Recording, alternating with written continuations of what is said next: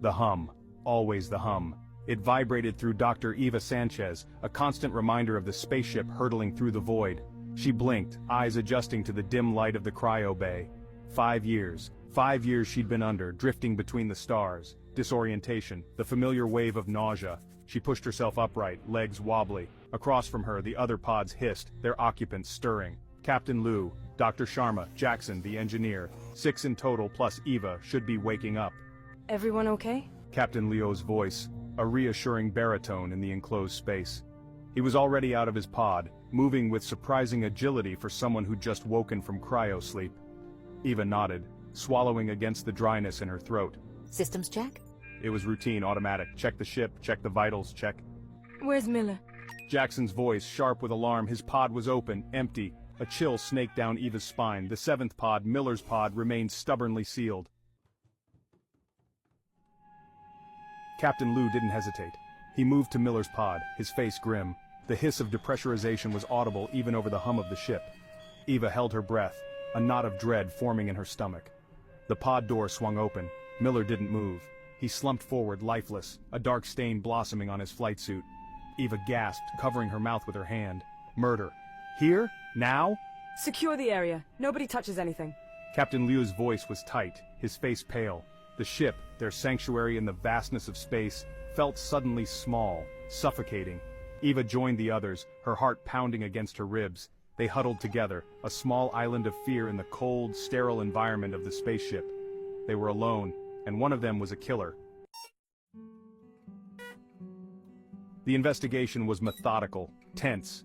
Every crew member was a suspect. Every interaction, every word scrutinized for any hint of guilt. Paranoia wormed its way into their hearts, poisoning their camaraderie. Jackson, the engineer, was volatile, prone to outbursts. He'd argued with Miller before cryosleep, a disagreement about the ship's maintenance. Dr. Sharma, quiet and observant, seemed to watch everyone a little too closely. Eva examined the data logs, searching for any anomaly, any clue. The ship's AI offered no answers, its records frustratingly incomplete. They were like pieces of a puzzle, scattered and incomplete, refusing to form a clear picture. We need to consider all possibilities. Sabotage. An accident during cryosleep. But Eva saw the doubt in his eyes. They all knew the truth. Miller was murdered. Days bled into each other, marked by the relentless hum of the ship and the growing weight of suspicion. The evidence, when it finally surfaced, was damning. A blood-stained wrench, hidden in Dr. Sharma's quarters. Dr. Sharma, the gentle doctor, the keen observer, stood accused. He denied it, of course, his voice trembling as he proclaimed his innocence. But the evidence was there, cold and irrefutable.